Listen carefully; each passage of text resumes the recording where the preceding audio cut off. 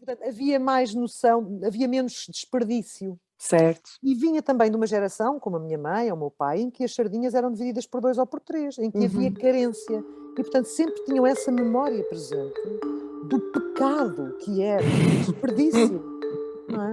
Era um Certo, pecado certo, certo. desperdiçar-se.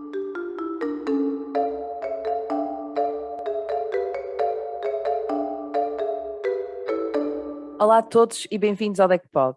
Temos hoje connosco uma convidada que dizem ser a voz do pecado. Anda de moto desde os 11 anos e janta diariamente com cerca de 1 milhão de portugueses. Adora cozinhar, partilhar receitas e dar largas à imaginação no faça você mesmo. Gosta de dar as notícias pela positiva, dá muita atenção ao pormenor e aquilo que menos gosta é que fujam às perguntas. Bem-vinda, Clara. Espero que Olá. não fuja às nossas perguntas. Nunca, nunca, não. Eu, por mim, sou sempre pela verdade. Eu tenho um compromisso com a verdade enquanto jornalista, portanto não vou fugir a perguntas nenhumas. Chute, como diz o outro, dispara que eu Exato. estou aqui pronta. Olá, Muito Clara, obrigada, bem-vinda obrigada. Olá, ao olá, nosso André. podcast. Agradecer teres vindo aqui ter esta breve conversa connosco e permite-me desde já fazer este enquadramento. Estas conversas servem precisamente para conversarmos sobre questões de consumo que a todos nos dizem respeito, mas de forma completamente lateral e, portanto, com pessoas que aparentemente nada têm a ver com o consumo e desta forma alertar para esta nossa causa. E começava precisamente por esta questão. Tu, enquanto profissional da comunicação social, e achas que o teu setor e sobretudo a televisão dedica tempo suficiente a este tema? Eu acho que eu não estou muito atenta aos restantes canais, mas no caso da SIC, e nomeadamente dentro dos noticiários, nós temos a rubrica do Pedro Anderson, que é muito virada para o consumidor e que presta um serviço que eu acho que é extraordinário. Eu própria fico a ouvi-lo com atenção para perceber de que forma é que eu, enquanto consumidora, me posso proteger ou posso poupar aqui e ali, se faz sentido ou não, no meu caso, mas acho que ele, e é em prime time no Jornal da Noite, para mais de 1 milhão de pessoas.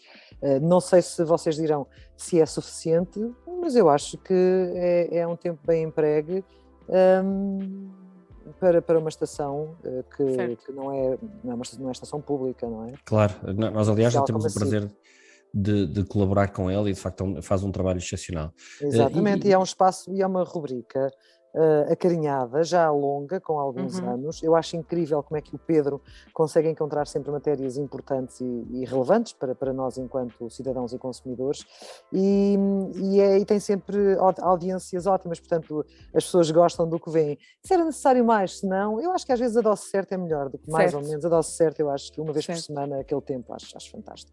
Não, e são sempre temas que tocam muitas pessoas, não é? Do dia a dia e portanto eu acho que temas que são assim mais, que nós todos conseguimos vê-los, não é? E senti-los, acabam por ser muito mais interessantes até para as pessoas, portanto, claro. com certeza.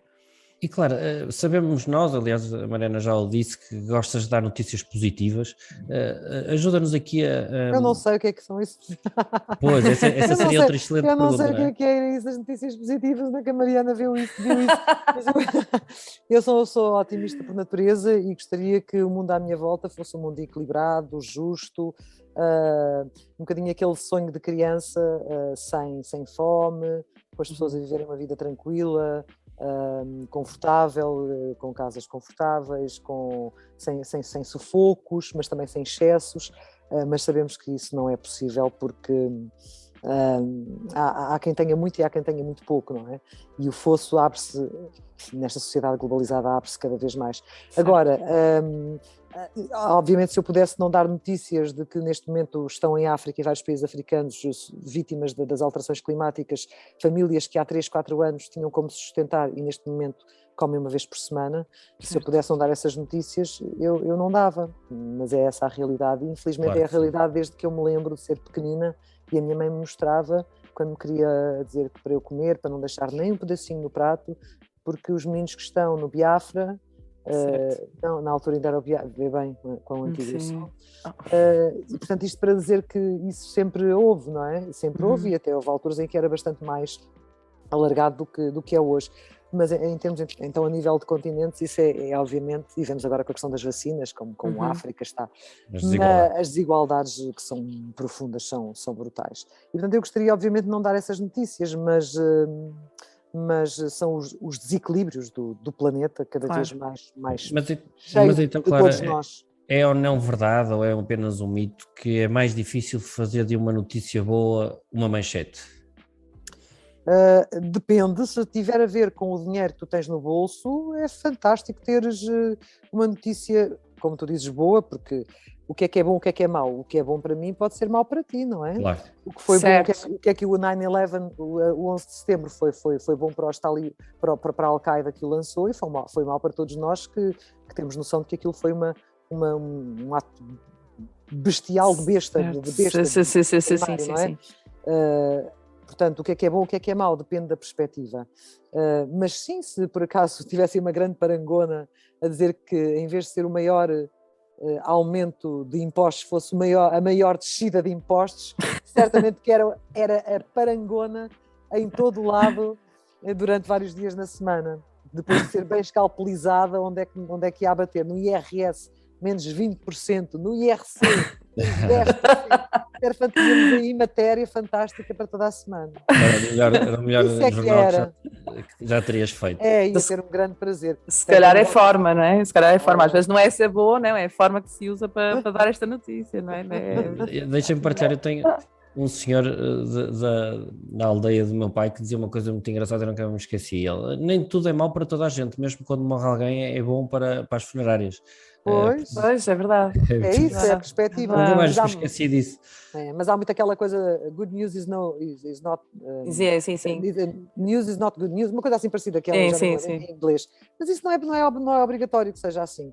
E sobretudo até na parte do consumidor, tudo o que diz a respeito do consumidor e não só, até a nível político, atenção de decisões políticas, como se ganham eleições e não se ganham. Sempre que se toca no bolso das pessoas... Isso é fundamental. É fundamental. Portanto, teríamos boas notícias. Nesse caso. E não só. Clara, exatamente por este motivo, nós passamos aqui por uma fase chata, não é? Que foi a pandemia, e aliando um bocadinho também esta questão de termos tido muitas notícias à volta disto, não é? As positivas também, que também foram positivas e também criaram impacto, mas mudou um bocadinho o estilo de cada um, ou seja, nós achamos no dia-a-dia, quando nós lidamos com muitos consumidores, e achamos que de facto a pandemia trouxe uma outra perspectiva para as pessoas, pelo menos para já, ainda não esqueceram totalmente. E enquanto consumidores os comportamentos também mudaram um bocadinho. Tu achas que tu também mudaste enquanto consumidor, ou seja, a pandemia teve esse efeito em ti ou não? Sim, mas mudaram um bocadinho porque as pessoas ficaram com muito receio de sair de casa e saíram só para o essencial, não é? E as lojas estavam fechadas e quem tem aquele hábito de sair, de ir passear ao fim de semana no centro comercial, de consumir, obviamente que aí teve uma travagem a fundo. Certo. Eu não tenho assim esse tipo de hábitos. Eu também gosto de consumir das coisas que de facto eu aprecio. Eu neste momento estou aqui com umas obras em casa e tive que limpar a minha cozinha. E eu acho que é só nestas alturas que tu percebes a quantidade de coisas que tu tens. E que não usas há 20 anos, porque estão lá no fundo da gaveta e tu já nem te lembravas. Ou seja, se tu não usas há 20 anos, na verdade elas não te fazem falta. Claro. É um bocadinho como a roupa, não é? É verdade. É que seguires aquela organização. Usas há não sei quanto tempo, quando foi não sei o quê. Tem relação emocional, não tem relação... Quando chegamos à parte emocional da coisa, é o pior. É o pior. Foi a mãe que deixou, porque foi o pai, que não sei o quê. Oh não, vamos deixar mais um bocadinho. Pronto. Eu tenho aqui caixotes que não tive capacidade de fazer essa limpeza logo ao retirar, mas que vou ter que o fazer quando for reabastecer. Certo. E, portanto, percebo que, não sendo uma consumidora impulsiva e permanente, ou seja, todas as semanas comprar coisas, mas tenho, como já sou mais antiga, tenho muita coisa que não fui deitando fora. E, portanto, vou ter que... eu não gosto de deitar fora, eu gosto de dar, de reaproveitar, de entregar a quem possa precisar. Se eu tenho 20 pratos de bolo, eu só vou precisar para aí de 4. Certo. Depois a parte emocional, há ali pode ficar numa caixinha e depois eu logo vejo daqui a uns tempos, mas eu não tenho, a mim não me provocou grandes mudanças, porque eu já não tinha o hábito de ser muito consumidora no meu dia-a-dia. A não ser coisas para a cozinha, ir ao supermercado. Certo, mas isso é engraçado, Clara, porque realmente nós até eu tenho ouvido muita gente com essa perspectiva ao contrário, ou seja, como estavam mais em casa, porque não iram tanto, depois também estavam mais atentas ao consumo que tinham anteriormente e a tentar reduzir, não é? Reduzir. Ou seja, é isso também eu acho que é uma, não é? Isto faz-me lembrar, nós mudámos muito nos últimos 30 anos, 20 anos, mas eu ainda me lembro do tempo em que, e não era só as famílias de classe média baixa, as famílias bem na vida, de classe média alta e até as ricas, eram poupadas. Certo. Há uma coisa na minha cabeça desde sempre que a minha mãe dizia: o dinheiro não é de quem o ganha, é de quem o poupa. E é verdade. É um grande ensinamento. Sempre me disse isto. E ainda no outro dia estava numa conferência em que se estava a falar precisamente sobre isso. Primeiro não havia tanta oferta e as pessoas, de facto, só usavam aquilo que era essencial, não é? Compravam aquilo que era necessário. Não compravam na base, muitas vezes, da loucura e do excesso que nós hoje em dia compramos. E, portanto, conseguia poupar-se mais. Certo. E, portanto, as coisas não se estragavam porque só se comprava a comida muitas vezes para os 2 dias seguintes, e depois com regularidade, ou ia-se à praça, ou tinha-se um quintal, ou tinha-se a criação também, algumas aqui, mesmo perto da cidade. E, portanto, havia mais noção, havia menos desperdício. Certo. E vinha também de uma geração, como a minha mãe ou o meu pai, em que as sardinhas eram divididas por 2 ou por 3, em que havia carência. E, portanto, sempre tinham essa memória presente do pecado que era o desperdício. Não é? Era um pecado desperdiçar-se. E daí os meninos do Biafra que passavam fome. Certo. Como o que tens no prato, porque tu és um privilegiado. E é verdade. E, portanto, é isso. Não havia o excesso, também não havia o excesso de oferta. Sim, e o excesso de informação, não é? Excesso de informação. Mas as pessoas eram muito mais austeras também nas compras, na forma como consumiam. Certo, mas é uma questão cultural. A facilidade da acessibilidade até desvaloriza de alguma forma o que nós temos hoje, não é? É tudo simples. Hoje é muito fácil, é tudo bem mais barato, mas também se estraga tudo, porque está tudo feito para se estragar ao fim de 2 anos. Certo. O que é frustrante, o que é um problema, o que é um problema para o planeta também. Sim. E, portanto, isto tudo faz-nos questionar em que loucura é esta? Sim, ou seja, que loucura é esta? Às vezes falta-nos tempo para pensar, e desculpa, André, às vezes falta-nos tempo para pensar nisto, ou seja, nós entramos nessa roda viva, uma espécie de carrossel, não é? Que entramos ali, andamos ali às voltas e depois parece que falta-nos o tempo de parar e pensar, e agora, não é? Se calhar preciso ter alguma calma. É quase uma fome emocional, é uma coisa... Sim. Um bom tema onde nós, DECO, e as entidades que trabalham o consumo têm muito trabalho para fazer.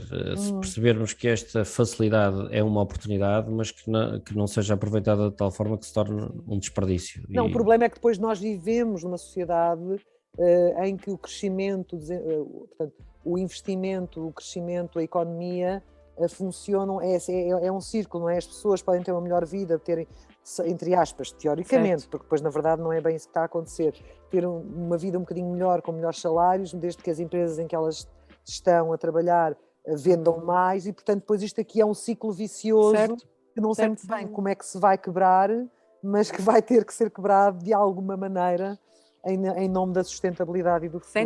Sem dúvida. E já que estávamos a falar em fome, vamos passar para esse tema. E aí, de facto, que é a dieta, não é? Que é a dieta. Estás a ver? Olha, deixa-me só dizer uma coisa. Claro. Eu tenho algumas receitas que eram muito antigamente, eram receitas que levavam imenso açúcar. Sim. Antigamente levava, porquê? Porque as coisas, como duravam mais, o bolo era para durar uma semana.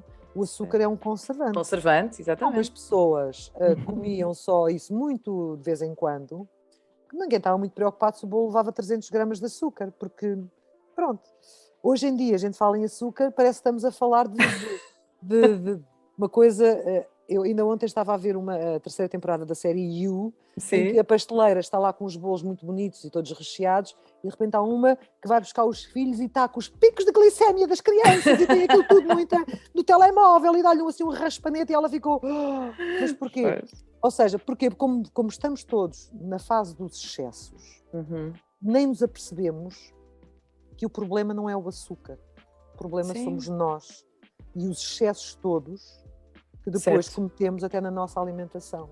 Sim, é? sim, sim, sim, sim. Porque muitas das pessoas que depois hoje em dia têm, nomeadamente a diabetes, nem era tanto o açúcar, era outro excesso, era a nível da alimentação, outras coisas, mas a questão é toda do equilíbrio. O problema não é o Isso, açúcar, é isso nem são mesmo. as gorduras, nem são assim. O problema, só há problemas se as pessoas tiverem intolerâncias. Claro, O problema claro. somos nós e a forma como nós gerimos também o que consumimos É na isso. alimentação. Sem dúvida. Comemos. Mas era exatamente aí que nós queríamos tocar, porque nós temos, de facto, vários projetos orientados para a alimentação, não só do ponto de vista do impacto ambiental, desperdício alimentar, mas também para as questões relacionadas com alimentação saudável. É. E nós sabemos, claro, que tu és autora de 3 grandes obras, receitas simples e saborosas. Não, sou uma mulher do mundo nesse aspecto.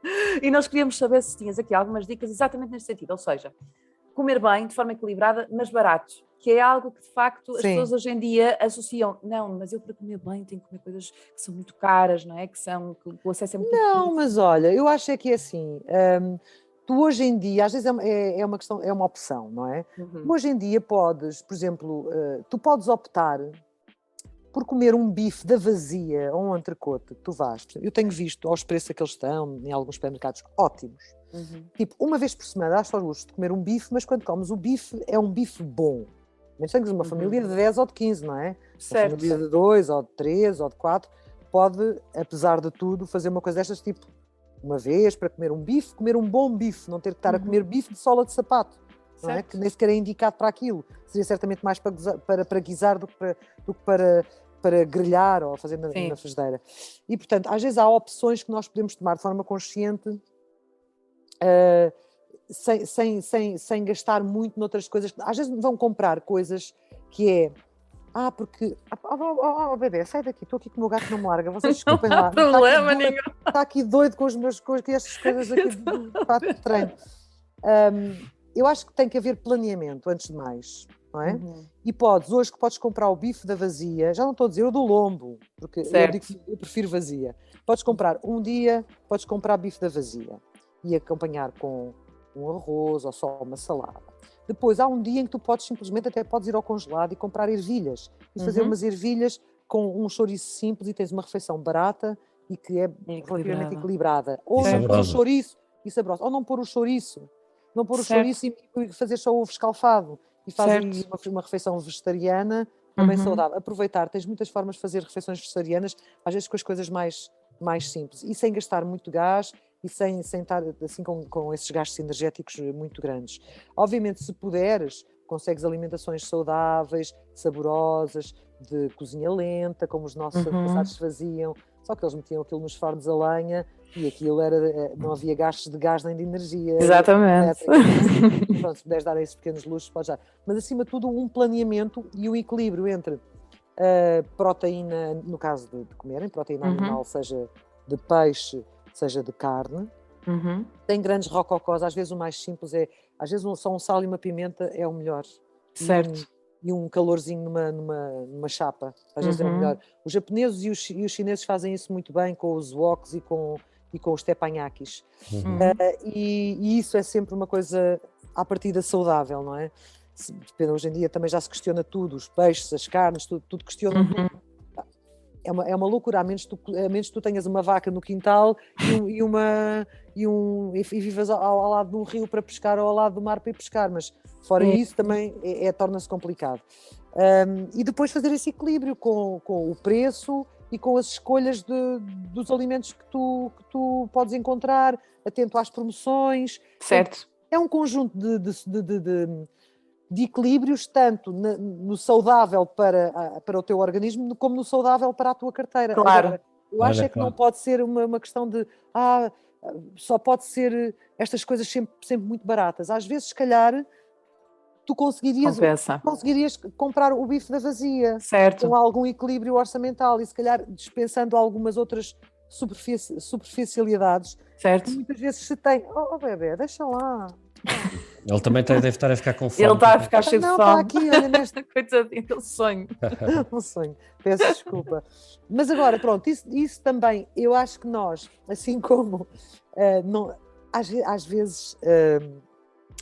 vezes, isto é horrível porque temos pessoas que ganham tão pouco e têm que pagar renda, Claro. têm que pagar água, luz, gás, sobra muito pouco, muito pouco. Mas talvez devesse haver, tal como também deveria haver, por exemplo, hoje em dia, literacia mediática, não é? Para as pessoas saberem navegar na internet. Talvez devesse haver alguma coisa desde mais pequenos, como gestão do teu orçamento. A gestão do teu orçamento. Porque aquilo que eu me lembro, eu sei que as coisas hoje estão mais caras, mas eu lembro-me que se faziam verdadeiros milagres. Pois. Há uns anos faziam-se verdadeiros milagres.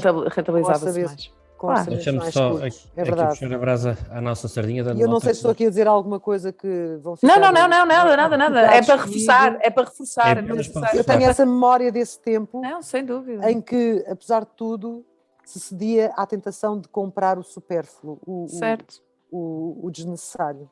Certo, o dinheiro chegava não só para alimentar a família, como chegava, por exemplo, para construir uma casa.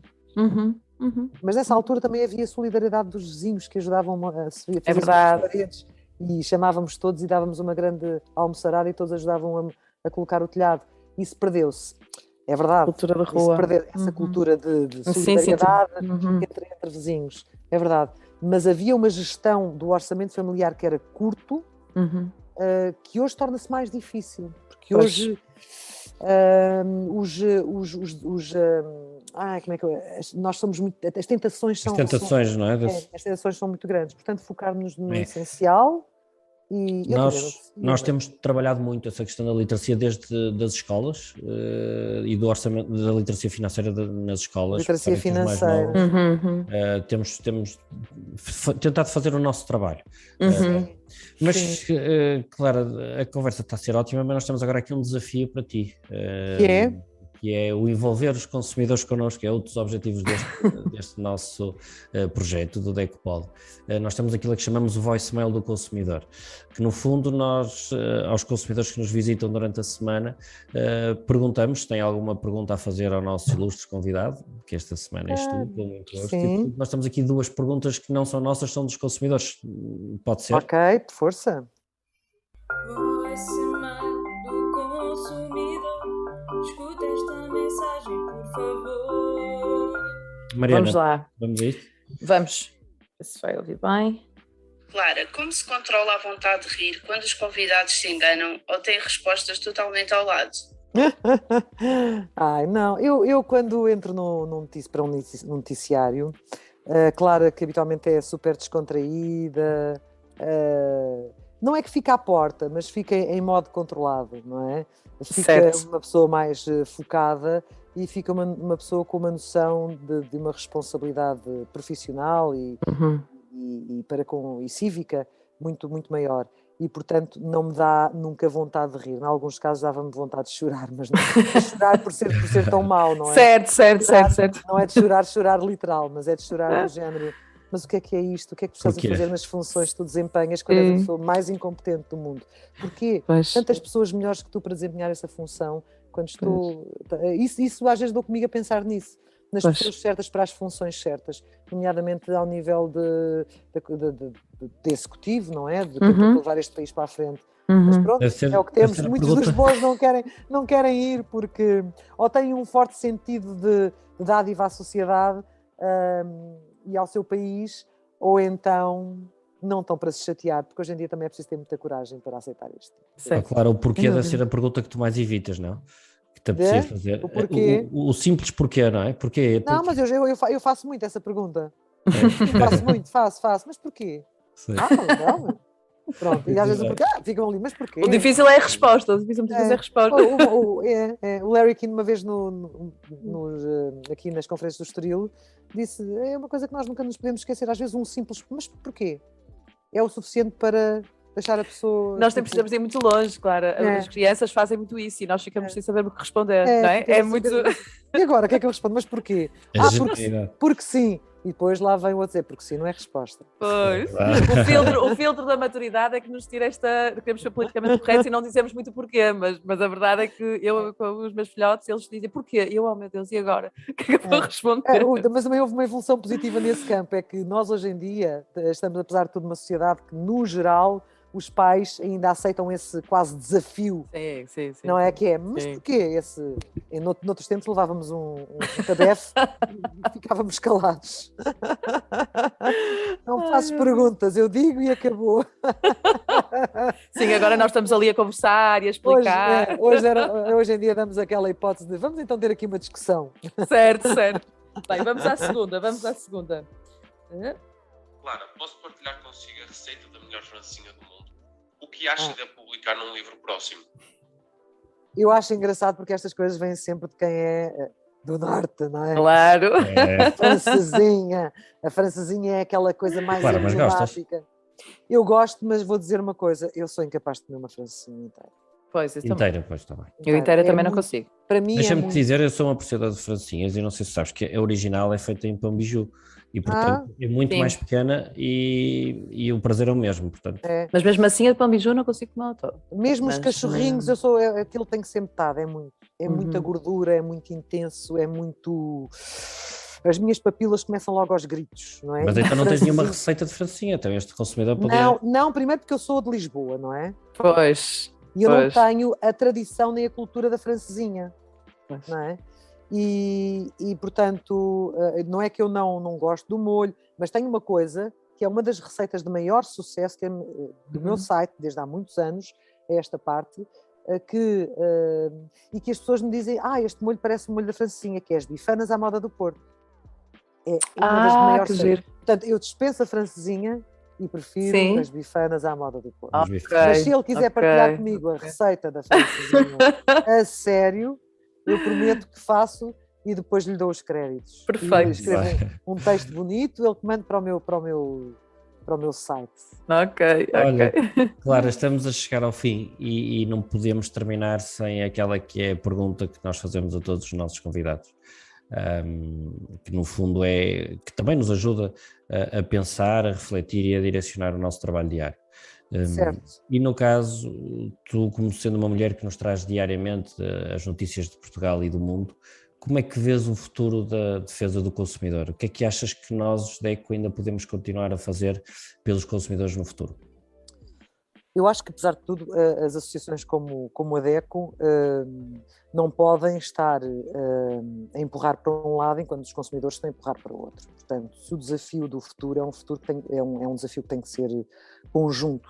E, no meu entender, e das muitas coisas que tenho lido e tenho ouvido, é um futuro em que temos de nos preparar o quanto antes para mudarmos o nosso paradigma de vida. Vai ser muito, muito difícil, porque continuamos inconscientemente, como dizia ainda esta semana passada o José Miguel Júdice, como o Titanic e a orquestra a tocar a segundos de bater no iceberg e se afundar, e portanto eu acho que temos mesmo de tomar consciência de que mudamos os nossos hábitos, mudar os nossos hábitos de consumo é obrigatório, e que tanto a DECO como nós consumidores, em defesa de um futuro sustentável, as empresas, por exemplo, também, vamos ser colocados e estamos colocados cada vez mais perante a necessidade de fazermos escolhas que sejam social, ambientalmente sustentáveis e que representem os valores que nós queremos defender para a defesa do planeta e para a defesa da nossa continuidade enquanto espécie.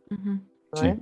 E a globalização trouxe-nos estas coisas todas que por momentos pareceu que era tudo muito bom e teve aspectos de facto muito positivos e deu mundos ao mundo, tornou-nos seres globais, mas é preciso agora pararmos e recuarmos e termos maneira também, tem que ser algo, vai ser muito difícil, porque cada um está a puxar por si, a China puxa por si, a Índia puxa por si, os Estados Unidos puxa por si, a Europa puxa de outra maneira, e de repente há uns que continuam a ir buscar o carvão e há outros que estão-se a morrer para dizem que são negacionistas das alterações do... Enfim, e de repente temos o oceano quase com mais plástico do que com biomassa. Exatamente. E o que é que se faz, não é? Portanto, temos que estabelecer estes valores e temos todos que os defender. É um bocadinho como a história dos cigarros. Até há poucos anos era muito normal toda a gente fumar em espaços fechados. Socialmente aceitável, não é? Socialmente aceitável, toda a gente fumava.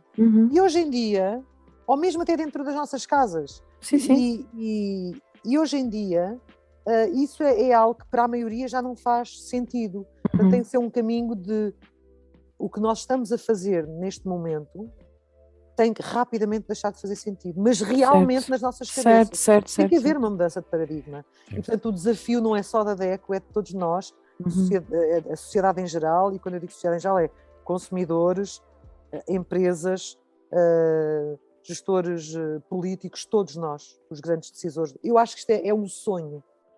Acho que é um sonho. Eu que sou uma mulher otimista, não estou muito otimista, mas vamos por aí, Mas quero acreditar que há de haver uma altura, e espero que não seja tarde demais. Vamos ir buscar o sonho, Clara. Sim. Para nós que horror, ficou assim um peso, não é?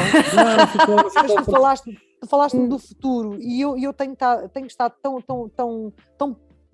atenta àquilo que se projeta e de facto aos desafios e àqueles que neste momento nem sequer querem saber quando os sinais são tão óbvios, que fico assustada com esta cegueira. Não, percebemos muito bem. O falar dessa forma, ou seja, não tocar na realidade é absolutamente fundamental. E passar a mensagem que, independentemente de tudo, os nossos atos individuais podem fazer a diferença. E depois, claro que é o conjunto de todos, mas individualmente nós podemos fazer a diferença. É verdade, só que depois tens países que estão no limiar da autocracia, como a Rússia, que vive do seu gás, como a China, que vive do seu carvão, e depois tens aqui questões económicas mais macro, e às vezes a pequena coisa que tu fazes na tua casa, que pode fazer a diferença no teu micro, não tem impacto, não tem grande impacto no macro. E depois isso frustra, não é? Isso frustra. Deveria ser sociedades a exigir dos seus políticos que o fizessem. O meu receio é que nos maiores países do mundo, que são sociedades basicamente autocráticas, em que a sociedade não tem um grande peso. E, portanto, vamos lá ver no que é que isto está. Se calhar eu já não estarei cá para testemunhar isso, os meus filhos ou os meus netos certamente estarão, e eu gostaria muito de deixar um futuro um bocadinho mais, mais verde, mais sustentável. Enfim, vamos ver. Mais saudável. Vamos querer acreditar que vai correr bem. Sim. Que sim, claro. Vamos fazer por isso. Muito obrigado, foi um gosto partilhar contigo estes breves minutos. Obrigada. E também queria que deixemos aqui boas mensagens para que os nossos consumidores percebam a importância do que cada um deles pode fazer por todos nós. É verdade. Sem dúvida. Muito obrigada, Clara. Obrigada mesmo. Até breve. Até breve. Obrigada. Até breve.